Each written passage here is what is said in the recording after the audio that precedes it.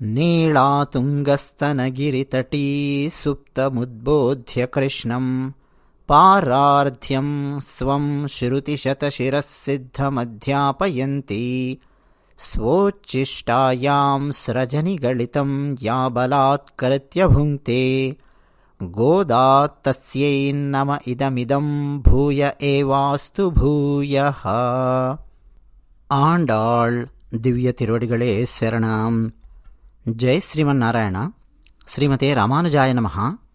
నిన్న పాశురములకే పాశురము అని చెప్పబడే అత్యంత లోతైన పాశురం గురించి మనం మాట్లాడుకున్నాం, చర్చించుకున్నాం. వేదాంత విషయాలు, రహస్యాలు కొంత మనం అర్థం చేసుకోవడానికి మనం ప్రయత్నం చేశాము.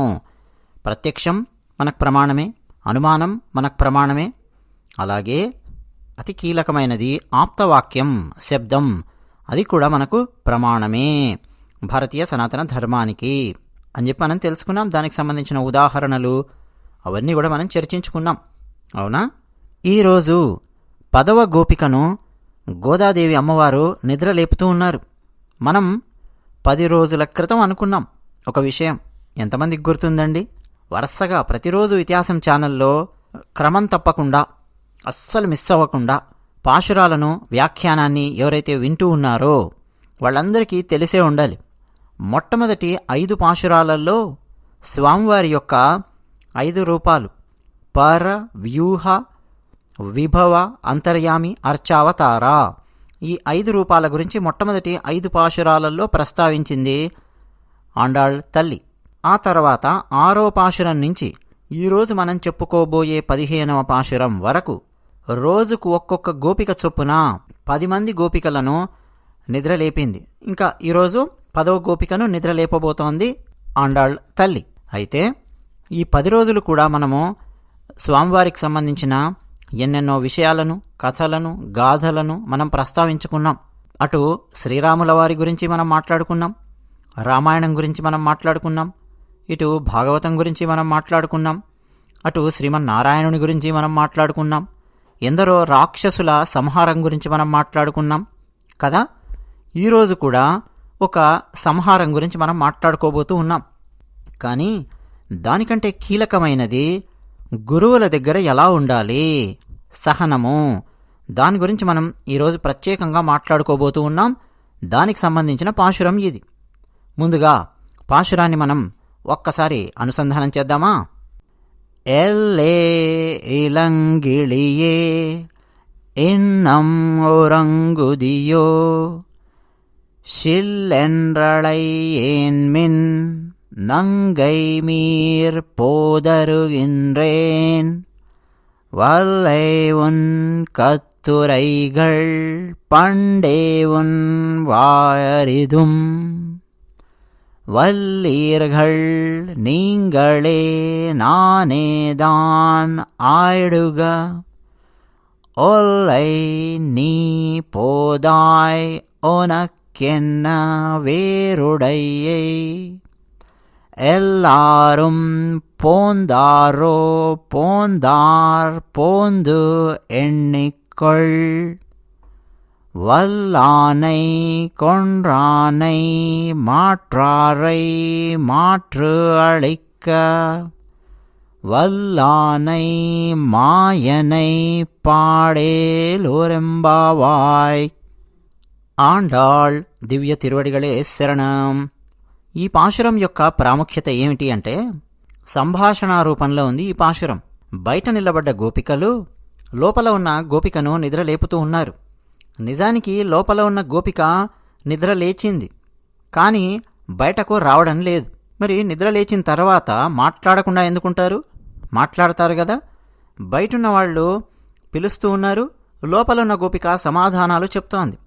చూడ్డానికి సామాన్యమైన సంభాషణలాగా కనిపిస్తుంది, కానీ మళ్ళీ అందులో రహస్యాలు ఏమేమున్నాయి అన్నవి మనం స్పృశించడానికి ప్రయత్నం చేద్దాం, మనకు పూర్వాచార్యులు అందించిన జ్ఞానంతో, వారి యొక్క అనుగ్రహంతో. సరేనండి. ముందుగా పాశురానికి అర్థం గనక మనం చూస్తే, బయట ఉన్న గోపికలు అంటూ ఉన్నారు, ఎళ్ళే ఇళంగిళియే. ఏమే, ఏమమ్మా, ఏమే, అమ్మాయిలు మాట్లాడుకుంటూ ఉంటారు కదా, అలా ఎళ్ళే ఇళంగిళియే. కిళిగళ్ళు అంటే చిలుకలు. ఇళంగిళియే అంటే లేత చిలుక అని చెప్పి అర్థం. ఏమమ్మా ఓ లేత చిలుక అంటే చిలుకలాంటి కంఠమాధుర్యం కలిగిన ఓ అమ్మాయి అని చెప్పి పిలవడం. ఇంకా నిద్రపోతున్నావా ఏంటిది అని బయట నిలబడ్డ గోపికలు అన్నారు. వెంటనే లోపల ఉన్న గోపిక అంటోంది, అయ్యో ఏంటి చికాకు కలిగేటట్టు, చెవులు గిల్లుమనేటట్టు, ఏమిటి అలా పిలుస్తూ ఉన్నారు, ఏమిటా కలకలము అని లోపలున్న గోపిక అంటోంది. వెంటనే బయటున్న గోపికలు, అయ్యో నువ్వు చాలా నేర్పు గలదానివి, నీ మాటలల్లో నైపుణ్యం ఉంటుంది, మాకు తెలుసు. అలాగే నీ మాటలలో కాఠిన్యం కూడా ఉంటుంది, అది కూడా మాకు తెలుసు అని బయటున్న గోపికలు అంటూ ఉన్నారు. వెంటనే లోపలన్న గోపిక, నేను కాదు, మీరే చాలా నేర్పు కలిగిన వాళ్ళు, సర్లేండి నేనే మీకంటే కఠినాత్మురాలిని అని లోపలన్న గోపిక అంటోంది. వెంటనే బయటున్న గోపిక, ఏమ్మా అలా ఏకాంతంగా ఎందుకుంటావు, ఒక్కదానివి లోపల రా, బయటకు రా, వేగంగా రా, ఏంటి నీ ప్రత్యేకత ఏమిటి, ఒక్కదానివే ఉంటావు లోపల, అక్కడ రావా బయటికి రా అంటున్నారు. వెంటనే లోపలన్న గోపిక, అందరూ గోపికలు వచ్చారా అంటే రావాల్సిన గోపికలందరూ, మన జట్టులో ఉన్న వాళ్ళందరూ వచ్చారా అని చెప్పి ప్రశ్నించింది లోపలన్న గోపిక. వెంటనే బయటన గోపికలు, వచ్చారు, కావాలంటే రా వచ్చి లెక్క పెట్టుకో అంటున్నారు బయటన్న వాళ్ళు. ఇప్పుడు లోపలన్న గోపిక, సరే ఇప్పుడు నేను వచ్చి ఏం చేయాలమ్మా, ఏం చేయమంటారు నన్ను బయటికి వచ్చి అంటోంది. వెంటనే బయటన్న గోపికలు, ఎంతో బలిష్టంగా ఉండే మదించిన ఏనుగు అంటే మదపుట ఏనుగు, కువలయాపీడము అనే ఏనుగు, ఆ ఏనుగును చంపినవాడు, శత్రువుల యొక్క అహంకారాన్ని అణిచినవాడు, మాయావి అయిన ఆ శ్రీకృష్ణ పరమాత్మ యొక్క యశస్సును మనం గానం చేద్దాము, బయటకు రా, వచ్చి మాతో చేరు అని బయట ఉన్న గోపికలు పిలుస్తూ ఉన్నారు. ఇంతే ఈ పాశురానికి అర్థము.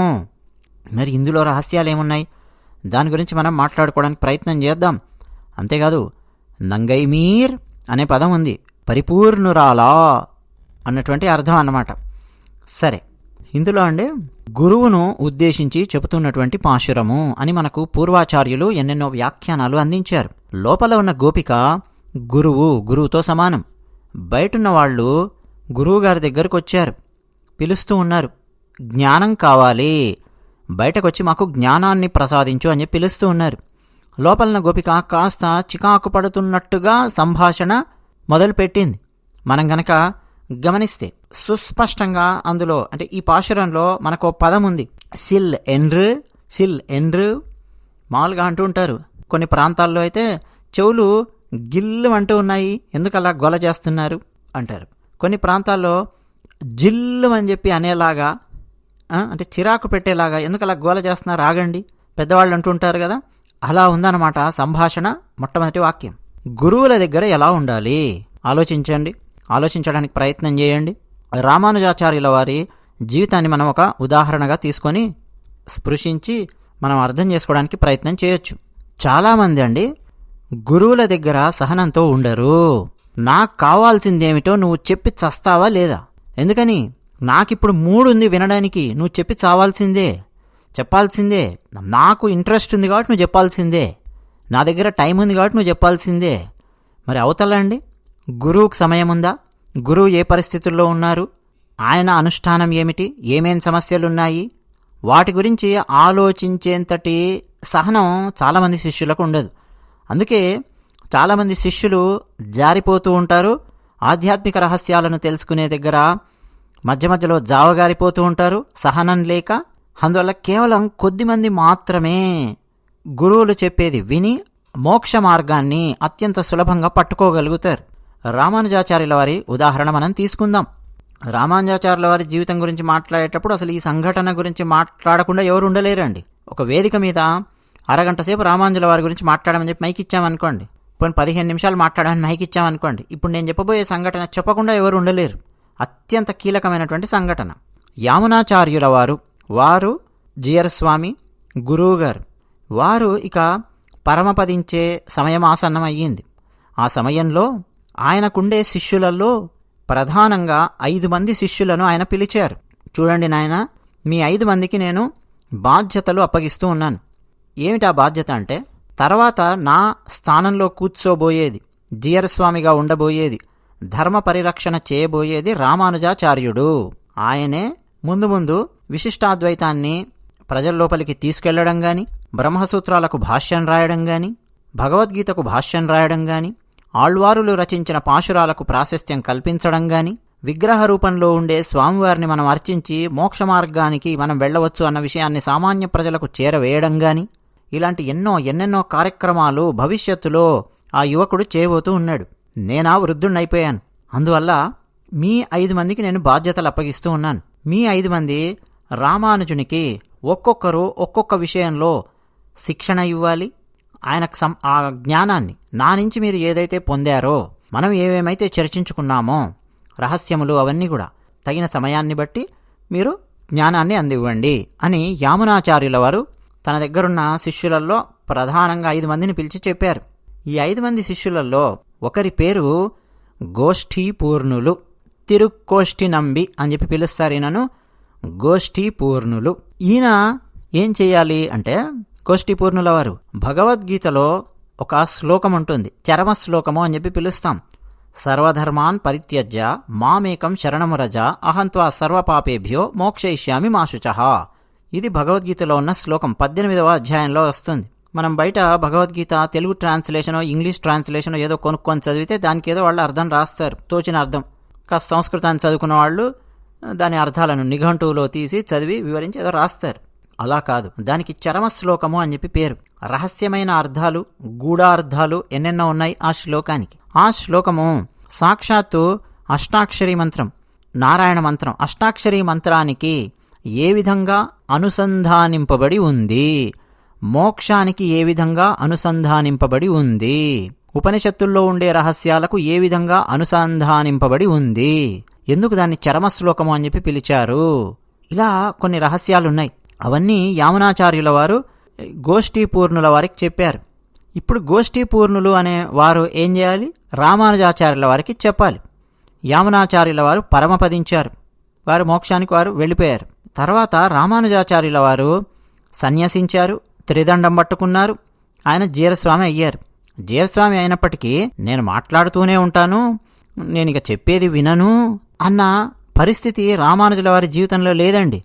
వారు జీరస్వామి అయిన తర్వాత కూడా, అంటే కాషాయ వస్త్రాలు ధరించి యతీశ్వరుడు అయిన తర్వాత కూడా గురువుల దగ్గర, పెద్దల దగ్గర ఎన్నెన్నో రహస్యాలను వారు నేర్చుకున్నారు. మన చినజీరస్వామి వారు కూడా అండి దాదాపు అదే ఆదర్శంగా కనిపిస్తూ ఉంటుంది.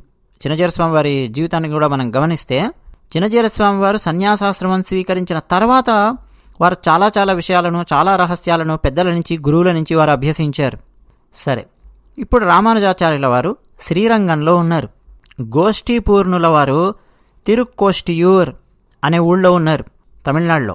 శ్రీరంగం నుంచి ఆ తిరుక్కోష్టియూర్ అనే ఊరుకు ఇప్పుడు గనక మనము డిస్టెన్స్ ఎంతుంది అని చెప్పి గూగుల్లో సెర్చ్ చేసి చూసామనుకోండి, హైవేస్ ఉన్నాయి మధ్యలో, 110 కిలోమీటర్లు అలా చూపిస్తుంది. ఇంకా వేరే మార్గం ఉంది, 125, 128 కిలోమీటర్లు అలా చూపిస్తుంది. ఇప్పుడు రోడ్లుంటే, కార్లలో మనం వెళుతూ ఉంటే. ఒకప్పుడంటే ఎప్పుడు 1000 సంవత్సరాల క్రితం పరిస్థితి ఎలా ఉండేది ఊహించండి. మధ్యలో కీకారణ్యాలు, మధ్యలో జంతువుల భయము, దొంగల భయము, కొండలు, గుట్టలు, లోయలు, ఇది పరిస్థితి. రామానుజుల వారు శ్రీరంగం నుంచి బయలుదేరారు. ఎంత దూరం ఉందండి, ఇప్పటి లెక్కలు వేసుకుందాం మనం, అటు ఇటు రఫ్గా 125 కిలోమీటర్లు అంత దూరంలో ఉంది. రామానుజుల వారు ఒక్కరే కాదు కదా వెళ్ళేది, చెప్పాం మనం 4 రోజుల క్రితం మాట్లాడుకున్నాం కదా. దాశరథి మొదలియాండాన్ అని చెప్పి పిలుస్తారు ఆయనను. ఆయన జీవితంలో జరిగిన ఒక సంఘటన గురించి మనం మాట్లాడుకున్నాం. ముఖ్యంగా అత్తుళాయ్ తులసి ఆమె కథ మనం మాట్లాడుకున్నప్పుడు, రామానుజుల వారు వెళ్ళేటప్పుడు ఆయనకు ఓ పక్క కూరత్తాళ్వార్ ప్రథమ శిష్యులు, మరో పక్క దాశరథి, ఈ 2 శిష్యులు ఉన్నారు. వీరిని తీసుకొని రామానుజుల వారు ఆ 125 కిలోమీటర్లు అడవుల్లో పడి, చెట్లలో పడి నడుచుకుంటూ వెళ్ళారు. ఆ ఊరికెళ్ళి ఆ ఊళ్ళో కనిపించిన వాళ్ళని అడిగారు, అయ్యా ఇక్కడ గోష్ఠీపూర్ణుల వారు అని చెప్పి ఉంటారు కదా, వారి ఇల్లు ఎక్కడుంది అని. గోష్ఠీపూర్ణుడా, ఎవరాయనా అన్నారు ఆ వీధుల్లో, ఆ ఊళ్ళో ఉన్నవాళ్ళు. అదే అండి గోష్ఠీపూర్ణుల వారు, ఇలా ఉంటారు అలా ఉంటారు, ఎన్ని చెప్పినా కానీ ఆ ఊళ్ళో ఉన్న వాళ్ళు చెప్పలేకపోతూ ఉన్నారు. వారు మహా పండితులండి, మహాజ్ఞాని, మహాభక్తులు, వారు ఇలా ఉంటారు అలా ఉంటారు ఏదో చెప్పారు. కానీ ఆ ఊళ్ళో అండి అసలు ఎవరికీ తెలియదు అలాంటి మహానుభావుడు ఆ ఊళ్ళో ఉన్నాడు అన్న విషయం ఆ ఊరి వాళ్ళకే తెలియనటువంటి పరిస్థితి. మొత్తానికి దేవాలయానికి వెళ్ళారు. కూర్చొని అడిగారు. ఆ దేవాలయంలో ఉండే అర్చకులు ఉంటారు కదా, వాళ్ళు చెప్పారు, ఆహా ఫలానా వ్యక్తి ఆళవందారు శిష్యులు ఆయన్నేనా అన్నారు. ఆళవందార్ అంటే ఎవరో కాదండి, యామనాచార్యుల వారే. యామనాచార్యుల వారికి ఆళవందార్ అనే పేరు ఎలా వచ్చింది అన్నది శ్రీకృష్ణదేవరాయల వారు రచించిన ఆముక్తమాల్యదలో చాలా అద్భుతమైన పద్యాలు ఉన్నాయి. సరే, వారి శిష్యుల మాకు తెలుసండి, అక్కడ ఫలానా చోట ఉంది ఇల్లు, ఇలా తిరగండి అలా తిరగండి అక్కడికి వెళ్ళండి అని చెప్పి ఇంటి చిరునామా చెప్పారు ఆలయంలో ఉన్న అర్చకులు. ఇక రామానుజుల వారు ఆ పక్కనే ఆయన శిష్యులు ఈ ముగ్గురు కలిసి గోష్ఠీపూర్ణుల ఇంటికి వెళ్ళారు. బ్రహ్మాండమైన భవనం కాదు, ఏమీ కాదండి, ఓ చిన్న ఇల్లు. అప్పట్లో ఎలా ఉండేవో ఇళ్ళు ఇక మీరు ఊహించుకోండి. తాటాకులు కట్టి మట్టి ఇళ్ళు, ఓ ఇల్లు. రామానుజుల వారు వెళ్ళి తలుపు తట్టారు. లోపల గోష్ఠీపూర్ణుల వారు ఉన్నారు. శబ్దం వినిపించింది. ఎవరు అన్నారు లోపల నుంచి. వెంటనే రామానుజుల వారు, అయ్యా నమస్కారం, నేను రామానుజునొచ్చాను, మీ దగ్గర చరమశ్లోకానికి అర్థాలు రహస్యాలు గ్రహించడం కోసం వచ్చాను అని రామానుజుల వారు సమాధానమిచ్చారు. వెంటనే లోపలన గోష్ఠీపూర్ణుల వారు కనీసం తలుపు కూడా తెరవలేదు, లోపలికి రమ్మనలేదు. అంత దూరం నుంచి ఎలా వచ్చారు నాయన, 125 ఇప్పుడు కిలోమీటర్లన్నా మైళ్ళు అనేవాళ్ళు, క్రోసులు అనేవాళ్ళు, ఇక రకరకాల లెక్కలు కదా. ఎలా వచ్చారు, ఎలా ఉంది, భోజనం చేస్తారా, ఏమి అడగలేదు, తలుపు కూడా తెరవలేదు. ఇప్పుడు కాదు రామానుజ, కొన్ని రోజుల తర్వాత రా, అప్పుడు చూద్దాం గాని, ఇప్పుడైతే చెప్పను అని లోపలి నుంచి సమాధానం వచ్చింది. పరిస్థితి ఎలా ఉంటుంది చూడండి. ఇప్పుడు ఏమనాలండి చెప్పండి, ఏం చేయాలి? మీరైతే ఏం చేస్తారు చెప్పండి? వింటున్న వాళ్లను అడుగుతూ ఉన్నానండి నేను. చెప్పండి, ఏం చేస్తారు మీరు? ఆలోచించండి. వెంటనే కోపం వచ్చేస్తుంది, ఉద్రేకం వచ్చేస్తుంది, ఆవేశం వచ్చేస్తుంది. అన్ని కిలోమీటర్లు నడిచి వచ్చి కింద మీద పడి దగ్గరికి వస్తే నా ఆసక్తిని గమనించకుండా గ్రహించకుండా కనీసం తలుపు కూడా తెరవకుండా తర్వాత రాపో ఎప్పుడో కొన్ని రోజుల తర్వాత అని చెప్పి అంటూ ఉన్నాడు. లోపలన గురువు, అసలు ఈయన గురువేమిటి?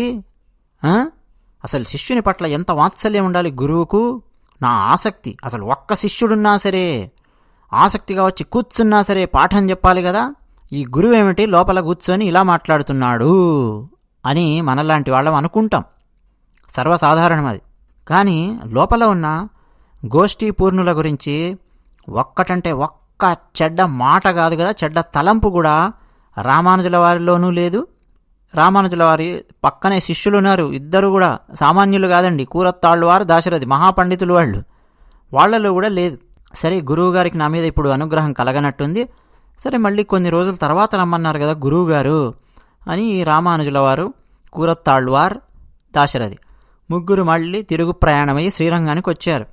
ఎందుకు గురువుగారు నాకు చెప్పలేదు? నేనేం చెప్పాను సమాధానము? నేను చెప్పిన సమాధానం ఏమన్నా నచ్చలేదా గురువుగారికి? తీరిక లేదా వారికి? ఏమిటో సమస్య ఉన్నట్టుంది, అనారోగ్య సమస్య ఉందా ఏమిటో ఇలా అనుకున్నారంతే, ఊరుకున్నారు. కొన్ని రోజులు గడిచింది. మళ్ళీ ముగ్గురు శ్రీరంగం నుంచి మళ్ళీ 125 కిలోమీటర్లు మళ్ళీ వెళ్ళారు. ఈసారి కాస్త తలుపు తెరిచారు గోష్ఠీపూర్ణుల వారు. ఏమిటి అన్నారు. అయా అడియేన్ దాసోహం, స్వామి నేను రామానుజుణ్ణి, శ్రీరంగం నుంచి వచ్చాను, మీ దగ్గర చరమోపాయము దానికి సంబంధించిన రహస్యాలు తెలుసుకోవడం కోసం వచ్చాను స్వామి, ఈ దాసుణ్ణి కరుణించండి, అనుగ్రహించండి అని చాలా వినయంగా రామానుజుల వారు మాట్లాడారు. వెంటనే గోష్ఠీపూర్ణుల వారు, ఇప్పుడు కాదు రామానుజ, ఇంకో నెల రోజుల తర్వాత అప్పుడు చూద్దాం గాని అన్నారు.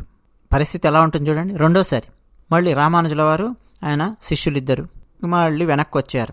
ఎన్ని కిలోమీటర్లు నడిచారండి ఇప్పటి వరకు? పోను 125, రాను 125 మొదటిసారి. మళ్ళీ రెండోసారి 125, 125. ఎన్ని కిలోమీటర్లు అండి చెప్పండి, లెక్క పెట్టండి.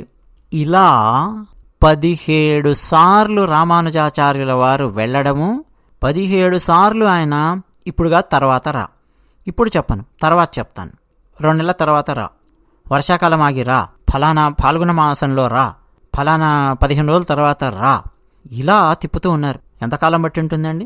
17 సార్లు తిరిగారండి. లెక్క వేయండి, 17 × 250. అయినా సరే రామానుజుల వారికి ఆయన చెప్పలా. ఆయనేమి జీరస్వామి కాదు, గోష్ఠీపూర్ణుల వారు, ఆయన సంసారియే. ఇప్పుడు 18వసారి రామానుజుల వారు వెళ్ళారండి. 18వసారి గురువుగారికి అనుగ్రహం కలిగింది. సరే రామానుజ రా, ఇప్పుడు చెప్తాను అని చెప్పి అన్నారు. అయితే 17వసారి వచ్చినప్పుడు చెప్పారు గురువుగారు, వీరిద్దరిని తీసుకురాకు, నువ్వు ఒక్కడివే రా అని గురువుగారు సుస్పష్టంగా చెప్పారు. కానీ రామానుజుల వారు కూరత్తాళ్వారును దాశరథిని ఇద్దరిని వెంటబెట్టుకొని వెళ్ళారు. ఇప్పుడు గురువుగారు అడిగారు, ఏమిటయా వీళ్ళిద్దరిని తీసుకొని వచ్చావు, ఒక్కడివే రమ్మని చెప్పి చెప్పాను కదా అన్నారు గురువుగారు. ఇంకా ఉపదేశము రహస్యములు ఏం బోధించలా. వెంటనే రామానుజుల వారు అన్నారు, స్వామి నేను త్రిదండం ధరించి ఉన్నాను, ఒక యతిని, దండం పవిత్రం లేకుండా నేను బయటికి రావచ్చునా అని చెప్పి రామానుజుల వారు అడిగారు. రాకూడదు అని గురువుగారు సమాధానం ఇచ్చారు. అయ్యా నా దండం పవిత్రం, కూరత్తాళ్వార్ దాశరథి వీళ్ళు లేకుండా నేను బయటకు రాను అన్నారు రామానుజులు. సరే వస్తే వచ్చారు కానీ వాళ్ళిద్దరిని అక్కడ కూర్చోమని చెప్పు, నీకు మాత్రమే నేను చెప్తాను అని గురువుగారు చెప్పారు. సరే అని చెప్పి రామానుజుల వారు కూర్చున్నారు. ఈ కూరత్తాళ్వారు దాశరథి వాళ్ళు కాస్త దూరాన వెళ్ళి వాళ్ళు కూర్చున్నారు. ఇక రామానుజుల వారిని కూర్చోబెట్టుకొని ఈ 18వసారి వెళ్ళారు కదా రామానుజుల వారు, చరమశ్లోకానికి సంబంధించిన రహస్యాలను, ఎన్ని రహస్యాలు చెప్పాలో అన్ని రహస్యాలు గురువుగారు చెప్పడం మొదలుపెట్టారు. ఆ రహస్యాలు అవన్నీ విని రామానుజుల వారే ఆశ్చర్యపోయారు. మామూలుగా భగవద్గీత తీసుకుని ఏదో సంస్కృత పాండిత్యంతో ఆ జ్ఞానంతో ఆ శ్లోకాన్ని అర్థం చేసుకోవడానికి ప్రయత్నం చేస్తే ఏమిటో అర్థం అవుతుంది. కానీ అది కాదు, అసలు దానికి మోక్షానికి ఏ విధంగా సంబంధం ఉన్నది, ఎందుకు అది అత్యంత కీలకమైన శ్లోకం అయ్యింది, చరమశ్లోకం అని చెప్పి ఎందుకు పిలుస్తున్నాము అనే విషయం రామానుజుల వారికి అర్థమయ్యి ఆశ్చర్యపోయారు. అన్ని రహస్యాలున్నాయన్నమాట అందులో. గురువుగారు చెప్పడం మొదలుపెట్టారు, చెప్పారు. అంటే సహనం ఏ స్థాయిలో ఉండాలో చూడండి. ఆ తర్వాత రామానుజుల వారు ఏం చేశారు ఏంటి అనేది మనం మాట్లాడుకున్నాం మరోసారి కదా, ఇంకా కూడా ముందు మాట్లాడదాం. కానీ ఇంకోటి చెప్తాను సహనం సంబంధించి. రామానుజుల వారు ఆ తర్వాత గురువుగారి నుంచి సంగ్రహించినటువంటివి అవన్నీ ఆ రహస్యాలను కూరత్తాళ్వారుకు మొత్తం చెప్పేశారు. వెంటనే అసలు ఇక ఆలస్యం కూడా చేయలేదు. తాను ఏమేమి నేర్చుకున్నారో ఏమేమి విన్నారో మొత్తం కూరత్తాళ్వారుకు చెప్పేశారు. దాశరథికి చెప్పలా రామానుజుల వారు. మరో సందర్భంలో శ్రీరంగంలో ఉన్నప్పుడు రామానుజుల వారు దాశరథిని ఈ గోష్ఠీపూర్ణుల వారి దగ్గరికి పంపించారు. చరమశ్లోకానికి ఉన్న రహస్యాలన్నింటినీ నువ్వు ఆయన దగ్గర తెలుసుకో, వెళ్ళు, అక్కడే ఉండి ఆయనకు శుశ్రూష చెయ్యి గురువుగారికి అని చెప్పి పంపించారు రామానుజుల వారు. దాశరథి తిరుక్కోష్ఠీయురికి వెళ్ళి 6 నెలల పాటు గోష్ఠీపూర్ణుల వాళ్ళ ఇంట్లో ఉండి గురువుగారికి శుశ్రూషలు చేస్తూ ఉన్నారు. కానీ గోష్ఠీపూర్ణుల వారేం చెప్పలా. 6 నెలలు అయిన తర్వాత ఇక దాశరథి ఉండబట్టలేక అడిగారు, అయా చరమోపాయము అంటే ఏమిటి, చరమశ్లోకానికి అర్థములు రహస్యములు అవన్నీ ఏమిటి తెలుసుకురమ్మని రామానుజుల వారు పంపించారు. ఇక్కడే మీ దగ్గర ఉన్నాను నేను, అనుగ్రహిస్తారా ఈ దాసుణ్ణి అని చాలా వినయంగా దాశరథి గోష్ఠీపూర్ణుల వారిని అడిగారు. అయితే గోష్ఠీపూర్ణుల వారు, లేదు నాయన నేను చెప్పను, నేను చెప్పకూడదు, రామానుజుల వారే నీకు చెప్పాలి, ఎప్పుడు చెప్పాలో ఆయనకు తెలుసు, నువ్వు వెళ్ళొచ్చు శ్రీరంగానికి అని చెప్పి పంపించారు. అంటే 6 నెలల పాటు శుశ్రూష చేసినా కానీ చెప్పి చెప్పలా గోష్ఠీపూర్ణుల వారు దాశరథికి. ఆ తర్వాత దాశరథి మళ్ళీ రామానుజుల వారి దగ్గరికి రావడము. ఆ తర్వాత ఒకానొక సందర్భంలో మనం 5-6 రోజుల క్రితం ఒక కథ చెప్పుకున్నామే, తులసి కథ అని. దాశరథి వెళ్ళి తులసి అత్తగారింట్లో దాస్యం చేయడము అవన్నీ అయిపోయిన తర్వాత అప్పుడు రామానుజుల వారు దాశరథిని అనుగ్రహించి ప్రత్యేకంగా కూర్చోబెట్టుకొని అప్పుడు చరమశ్లోకానికి సంబంధించిన అర్థాలు నిగూఢమైన విషయాలు చాలాసేపు వేదాంత విషయాలన్నీ చర్చించి అప్పుడు దాశరథికి అలా అనుగ్రహాన్ని ఇచ్చారు రామానుజుల వారు. ఇవన్నీ అండి ఉదాహరణలు, ఎలా ఉండేవారు గురువులు ఏమిటి అన్నది. అయితే సహనం అండి, చాలా చాలా సహనం కావాలి. ఎప్పుడైనా సరే కొన్ని విషయాలను మనం సంగ్రహించాలి, నేర్చుకోవాలి అని చెప్పి అనుకున్నప్పుడు నోటికి ఏదొస్తే అది వెంటనే గురువులను పట్టుకొని ఏదో ఒక మాట అనేయడము, ఇష్టం వచ్చినట్టు ఏదో మాట్లాడడము, ఇది మనం చేస్తూ ఉంటాం. మన అజ్ఞానం వల్ల మనం చేస్తూ ఉంటాం. అవేవి కూడా సరైనవి కావు అన్నది పెద్దల యొక్క జీవితాన్ని పరిశీలిస్తే మనకు అర్థమవుతుంది. బ్రహ్మసూత్రాలకు భాష్యం రచించినటువంటి రామానుజుల వారే, భగవద్గీతకు అత్యంత లోతైన వ్యాఖ్యానం రచించిన రామానుజుల వారే తిరుమల లాంటి పెద్ద దేవాలయం, అత్యద్భుతమైన దేవాలయంలో విప్లవాత్మకమైన మార్పులను చేర్పులను ప్రవేశపెట్టి ఇప్పటిదాకా మనం ఆ మార్పులు చేర్పులు చూస్తున్నామంటే రామానుజుల వారే కారణం. అలాంటి రామానుజుల వారు పెద్ద పెద్ద సమస్యలను పరిష్కరించగలిగిన రామానుజుల వారు గురువుగారి దగ్గరకు వచ్చేసరికి ఎంత సహనాన్ని చూపించారో చూడండి. అదనమాట సహనం. సహనం గురించే ఈ పాశురంలో మనకు ప్రత్యేకంగా ఎన్నెన్నో వ్యాఖ్యానాలు రచించి అందించినటువంటి పూర్వాచార్యులు ఉన్నారన్నమాట. గురువుల దగ్గర ఎప్పుడైనా సహనంతో ఉన్నారు అనంటే జ్ఞానం ఎంతో అందుతుంది. సహనం కోల్పోయారు అనుకోండి, రావాల్సిన జ్ఞానం రాదు సరికదా. గురువులను దూషించి మళ్ళీ పాపాన్ని కూడా మూటగట్టుకున్నట్టు అవుతుంది అని పూర్వాచార్యులు ఎందరో చెప్పారు. గురువుకు అనుగ్రహం కలిగేంత వరకు వేచి ఉండాలి తప్ప మర్యాదగా చెప్పి చస్తావా లేదా అన్న కోణంలో ఆలోచించకూడదు అన్నది ఈ పాశురం మనకు చెప్తోంది. తర్వాత కూలయాపీడము అనే ఒక ఏనుగు గురించి ఈ పాశురంలో ప్రస్తావన వచ్చింది. బయటన గోపికలు ఏం చెప్పారు? లోపలన గోపికకు, నువ్వు బయటికి వస్తే మనం ఎంతో బలిష్టమైన కూలయాపీడము అనే మదపుటేనుగును చంపిన మన శ్రీకృష్ణ పరమాత్మ గురించి మనం చర్చించుకుందాం, మాట్లాడుకుందాం, పాటలు పాడుకుందాం, గోష్ఠి జరుపుకుందాం, పాడుకుంటూ ఆయన దగ్గరికి వెళదాం. ఇది వీళ్ళు చెప్తూ ఉన్నారు. ఏమిటి ఈ కూలయాపీడము అంటే, శ్రీకృష్ణుడు బలరాముడు వీళ్ళిద్దరూ కంసుని యొక్క ఆహ్వానం మేరకు బృందావనం నుంచి మధురా నగరానికి వెళతారు. ఆ సమయంలో అసలు నా దగ్గరికి రాకముందే కృష్ణుణ్ణి సంహరించండి అని కంసుడు మధ్య మధ్యలో కొద్దిమందిని పెడతాడు. అలా మధ్య మధ్యలో ఉన్న వాళ్లలో కూలయాపీడము అనే ఒక ఏనుగు కూడా ఉంటుంది. ఏనుగు మదపుటేనుగు, ఒక్కరు దాన్ని పట్టలేరు. అందుకని మావటి వాళ్ళు కొంతమంది ఉన్నారు. ఆ ఒక్క ఏనుగును పట్టడానికి ఇక వీళ్ళు చెప్పినట్టు అది వింటుంది. మళ్ళీ ఈ మావటి వాళ్ళందరి మీద ఒక నాయకుడు ఉన్నాడు, కుంజరపాలకుడు. ఈ మావటి నాయకుడు ఈ భారీ ఏనుగు మదపుటేనుగును, కూలయాపీడమనే మదపుటేనుగును కృష్ణ బలరాముల వైపుకు అలా తీసుకొని వస్తున్నాడు. దూరం నుంచే చూశాడు కృష్ణ పరమాత్మ. చూసి మామూలుగా మనం భాగవతంలో కృష్ణ పరమాత్మకు కోపం వచ్చే సందర్భాలు చాలా చాలా తక్కువగా చూస్తాం. ఏమన్నా ఉంటే రాక్షసులతో కాస్త పరిహాస ప్రసంగం చేసినట్టుగా కనిపిస్తుంది, సరదాగా మాట్లాడినట్టు కనిపిస్తుంది తప్ప కోపంగా ఆవేశంగా మాట్లాడడం అనేది చాలా తక్కువ సందర్భాల్లో ఉంటుంది. ఇది ఒక సందర్భం. ఏమన్నాడు కృష్ణ పరమాత్మ అంటే పోతన భాగవతంలో, ఓరి కుంజరపాల మా దశకు నీ ఉద్యత్ మాద ఇభా ఇంద్రమున్ ప్రేరేపం పని లేదు, త్రిప్పు మరలం ప్రేరేపినన్ నిన్ను గంభీరోగ్రాస్యని తుల్య ముష్టిహతులన్ భేదించి నేడంతకున్ జేరంబుత్తు మహత్తర ద్వీపముతో సిద్ధంబు యుద్ధంబునన్ అని చెప్పి కృష్ణుడు ఆవేశంతో మాట్లాడాడు. ఈ పద్యాన్ని శార్దూల వృత్తంలో రాశారు. శార్దూలం అంటే తెలుసు కదా, పెద్ద పులి. పోతనామాచ్యుల వారు అలా ఎన్నుకునేవారు ఛందస్సును కూడా. అర్థం ఏంటంటే, ఒరేయ్ మావటి, ఏంట్రా మా మీదకు ఆ మత్త గజాన్ని ఉసిగొలుపుతూ ఉన్నావు, మర్యాదగా వెనకకు మరలిస్తావా లేదా? వెనక్కి తీసుకెళ్ళిపో. వినకుండా మమ్మల్ని ఢీకొట్టాలి, మాతో యుద్ధం చెయ్యాలి అని ముందుకు తీసుకొనొచ్చావా? నీ మదపుటేనుగును నిన్ను ఇద్దరిని నా గంభీరమైన పిడుగుపాట్ల లాంటి నా పిడికిలి పోట్లతో కొట్టి పొడిచి పొడిచి పిడికిళ్లతో యముని దగ్గరికి పంపిస్తాను ఈరోజు. ఇది తథ్యం, వెనక్కి తీసుకెళ్తావా లేదా అని కృష్ణుడు గర్జించాడు. దీనికండి మనం కొంచెం ఆలోచిస్తే అర్థమవుతుంది. కృష్ణ పరమాత్మ ఏనుగులను రక్షించేవాడే గాని ఏనుగులను సంహరించేవాడు కాదు. అంతకుముందు ఒక ఏనుగును రక్షించాడు. గజేంద్ర మోక్షం అని భాగవతంలో ప్రత్యేకమైన కథనే మనకు కనిపిస్తుంది కదా. గజేంద్రుణ్ణేమో రక్షించాడు, ఈ కూలయాపీడాన్నేమో శిక్షించాడు అని పూర్వాచార్యుల వారు ఎందరో వ్యాఖ్యానాలు రాసినటువంటి వాళ్ళు ఉన్నారు. మావటిని హెచ్చరించినా సరే వాడు వినకుండా కృష్ణ పరమాత్మ వైపు దూసుకొని అలా ఏనుగును తీసుకొని వస్తున్నాడు. ఇప్పుడు కృష్ణుడు తన జుట్టు అలా జులపాలలాగా భుజం మీదికి పడి ఉంది. తన జుట్టును గట్టిగా బిగించి కట్టుకున్నాడు. తన పీతాంబరాన్ని బిగించి అలా పైకి బిగించి కట్టుకున్నాడు. తన నుదుటి మీదకు వేలాడుతున్న ముంగురులను పైకి తోసుకొని ఇక పోరాటానికి సిద్ధం అన్నట్టుగా దూసుకొని వచ్చాడు.